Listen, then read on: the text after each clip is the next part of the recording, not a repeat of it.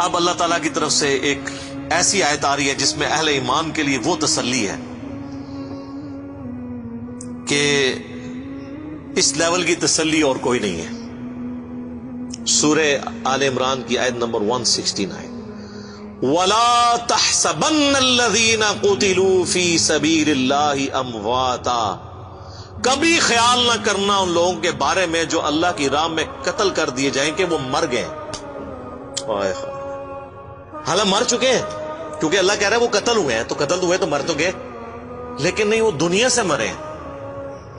بل احیاء عند ربہم، بلکہ وہ تو زندہ ہیں اللہ کے حضور. یرزقون، اور ایسے زندہ ہیں کہ اللہ نے ان کو نعمتیں بھی دی ہوئی ہیں، رزق بھی دیا ہوا ہے. یہی ٹاپک جو ہے وہ سورۃ البقرہ میں بھی آیا ہے. وَلَا تَقُولُوا لِمَن يُقْتَلُ فِي سَبِيلِ اللَّهِ أَمْوَاتٌ، مت کہا کرو ان کو جو اللہ کی راہ میں قتل کر دیے جائیں کہ یہ مردہ ہیں، بلکہ وہ تو زندہ ہیں، لیکن تمہیں وَلَٰكِن لَا تَشْعُرُونَ، تمہیں ان کی زندگی کا شعور نہیں ہے. ظاہر ہے اس دنیا والی زندگی تو نہیں ہے نا. اس دنیا کی زندگی میں تو آپ کو سانس لینا پڑتا ہے، آخرت کی زندگی میں سانس نہیں ہے. اس دنیا کی زندگی میں تو آپ کو دنیا کا مال کھانا پڑتا ہے اور پھر آپ کو ٹوائلٹ کی ضرورت پڑتی ہے. آخرت کی زندگی میں یہ نہیں ہے. تو جن لوگوں نے کہا نا شہید زندہ، لہذا آپ جو شہید ہوئے ہیں ان سے آپ مانگ سکتے ہیں جا کے قبروں پہ جا کے، تو اللہ نے تو پہلے ہی منع کر دیا، تمہیں ان کی زندگی کا شعور ہی نہیں ہے. ان کو دنیاوی زندگی کے اوپر تو قیاس نہ کرو. اگر کوئی کہتا ہے یہ دنیاوی زندگی ہے، مجھے بتائیں دنیا میں کوئی زندہ بندہ اپنی شلوار اتارنے دیتا ہے کسی کو؟ تو آپ بڑے سے بڑا کوئی بزرگ ہو، ایون انبیاء کرام بھی جب فوت ہوئے ہیں ان کو بھی غسل دیا گیا، صرف ایک احترام ان کے ساتھ ہوا کہ ان کے کپڑے نہیں اتارے گئے. ابو داؤد میں آتا ہے کہ صحابہ پہ اونگ تاری ہوئی اور ایک آواز آئی پیچھے سے. یہ وہ نہیں ہے جو بزرگوں کو آواز آئی، یہ صحابہ کو اللہ کی طرف سے فرشتے نے ادا کی کہ حضور کو ان کے کپڑوں سمیت غسل دیا جائے، ورنہ صحابہ کرام کپڑے اتارنے لگے، وہ پریشان ہو گیا ہم اتارے نہ اتارے. تو یہ صرف رسول اللہ کا پروٹوکول ہے بس، اور کسی کا پروٹوکول نہیں ہے. اس کے بعد صحابہ، اہل بیت، بزرگان دین سب کے کپڑے نہیں اترے. تو زندہ بندہ اپنے کپڑے اتارنے دیتا ہے؟ ہونا تو چاہیے یہ کہیں جی جب بزرگوں کو غسل دینے لگے تو انہوں نے کہا ٹھہر جاؤ، میں آپ غسل کر کے آگے پھر لیٹ جانا، کفن دے دو، منو بات ٹانگ دو، میں آپ پا لینا. اس طرح ہوا ہے کبھی؟ تو پھر یہ زندگی آخرت کی زندگی ہے نا، دنیا کی زندگی تو نہیں ہے. فرحین بما آتاہم اللہ، وہ بڑے خوش ہیں ان نعمتوں میں جو اللہ نے ان کو دی ہیں، من فضلی، اپنے فضل سے. وَيَسْتَبْشِرُونَ بِالَّذِينَ لَمْ يَلْحَقُوا بِهِمْ، اور وہ خوش ہو رہے ہیں جنت میں بیٹھے بیٹھے ان لوگوں کے بارے میں بھی جو ان کو ابھی مر کے نہیں ملے. بھئی جو دنیا میں زندہ ان کے بارے میں جنتی کیوں خوش ہو رہے ہیں؟ من خلفہم، جن کو وہ پیچھے چھوڑ آئے ہوئے ہیں. اللہ خوف علیہم ولا هم يحزنون، کہ نہیں ہے ان کو کوئی خوف اور نہ وہ غمگین ہوں گے. اچھا جنت میں ان کے بارے میں کیوں خوش ہو رہے ہیں جو دنیا میں؟ اس لیے کہ وہ جنت میں پہنچ کے انہوں نے اینڈ رزلٹ دیکھ لیا ہے، اور وہ یہ خوش ہیں کہ ہمارے ساتھیوں نے جو رسول اللہ پر ایمان لائے تھے نا، ہم نے تو آگے واقعی جنت دیکھ لی ہے، انہوں نے تو ایمان بالغیب لے کے آئے تھے، تو ہمیں خوشی ہے کہ ہمارے وہ دوست بھی جنت میں ہی پہنچ جائیں گے، اس لیے خوش ہو رہے ہیں ان کے اوپر. تو دوستی وہ جو اللہ اور اس کے رسول کے لیے ہو، عز وجل وصلی اللہ علیہ وآلہ وسلم. یستبشرون بنعمت من اللہ وفضل، خوش ہو رہے ہیں وہ جنت میں اللہ کی نعمتوں پر اور اس کے فضل پر. وَأَنَّ اللَّهَ لَا يُضِيعُ أَجْرَ الْمُؤْمِنِينَ، اور اس پر کہ اللہ تعالیٰ کبھی ضائع نہیں کرے گا اہل ایمان کا اجر.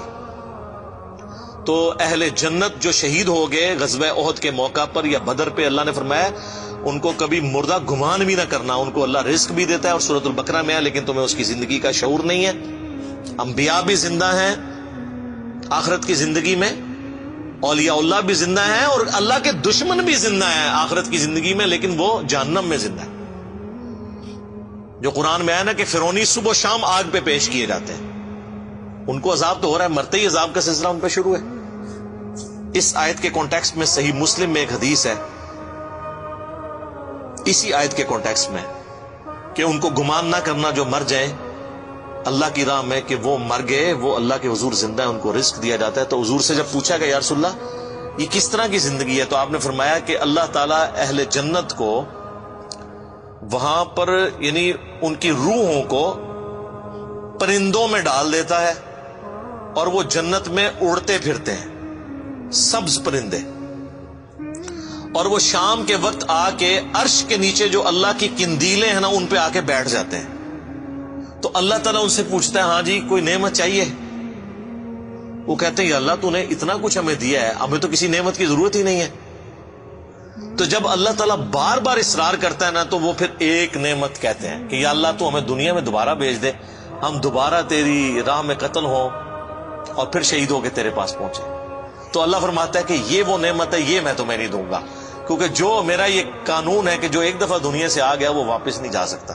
ہاں عبدال قادر جیلانی کی تھی روح کھول لین اللہ دا گل ہے، کہانیاں، یہ مسلم شریف ہے، مولانا شریف نہیں۔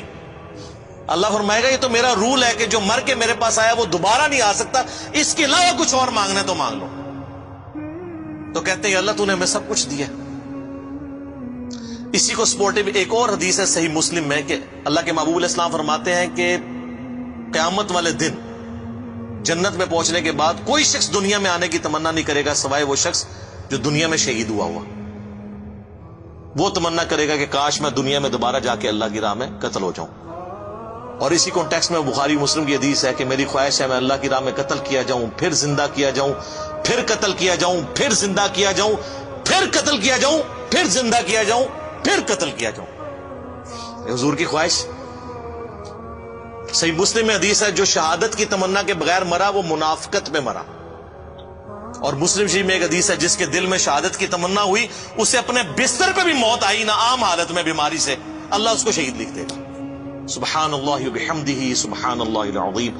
اللہ تعالیٰ سے دعا ہے جو حق بات میں نے کہی اللہ تعالیٰ ہمارے دلوں میں راسخ فرمائے، اگر جذبات میں میرے منہ سے کوئی غلط بات نکل گئی تو اللہ تعالیٰ ہمارے دلوں ہی سے معاف کر دے، ہمیں کتاب و سنت کی تعلیمات پر عمل کر کے دوسرے بھائیوں تک پہنچانے کی توفیق عطا فرمائے۔ سبحانک اللہم وبحمدک اشہد ان لا الہ الا انت استغفرک واتوب الیک وما علینا الا البلاغ المبین۔ جزاکم اللہ خیرا۔